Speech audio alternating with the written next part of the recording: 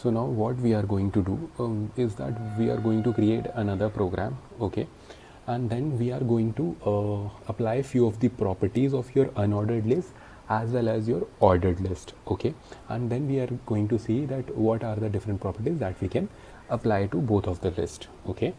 So the first property, okay, so basically that we are going to apply is your changing it to a disk, then a square, and then a circle, okay. So basically this dot that you see here, this black dot, so this is called as your disk, okay.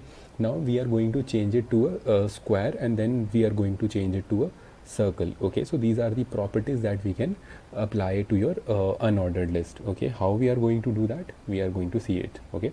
So again, create a file, HTML, right, and then your head, right, and then head close, your head close. We are not going to use title right now, okay. So the third, now close the head, right, and then we are going to start the body, okay. So once you have started the body, remember to close the body and then close your HTML, right. So basically what we are going to do is we are going to use some properties of your list, okay. So basically we are going to change it to a disk or a square and a circle, okay. So we are going to do three of the properties we are going to apply in the same program itself. So let us see how this happens, okay. So I'll explain the syntax also while writing the program, okay. So basically when we when we had written your basic syntax, so it was your UL, right, and then in UL you had li, okay, list item I, and then write anything like apple, okay. I'll write apple, okay, and then close the li, then give another element, okay, so li, and then we'll write banana, okay, and then close it, okay, li closed, okay, and then ol, okay, oh sorry, ul, right. So ul close, right. So now save the file and write as pro1 .html, okay. Write any name of the file. Now save the file, right, and then go to your browser and see the output of it, okay. So you can see it is coming in disk. So by default the value of the UL or the style of the UL is a disk, okay. So what if I want to change this disk into something else, okay.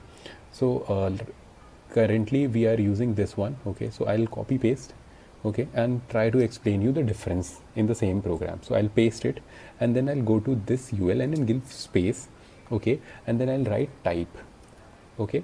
So type is equals to, then double quotes, okay, then square, we wanted to use a square, so I'll write square, okay, square, and then close the quotes, okay. So this means that the UL has a type or a value that is going to be a square value, okay. Now again save the file, okay, Control S, and then go to your pro1 and then try to refresh it, okay.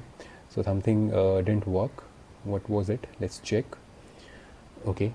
So we basically, okay, the spelling, okay, spelling is here incorrect, SQUARE, okay. Now save the file again, go to your program. Now you can see the difference, okay. The squares have been replaced, okay. So this disk that you see above now has been replaced by a square. What if I want to change it to a circle, right?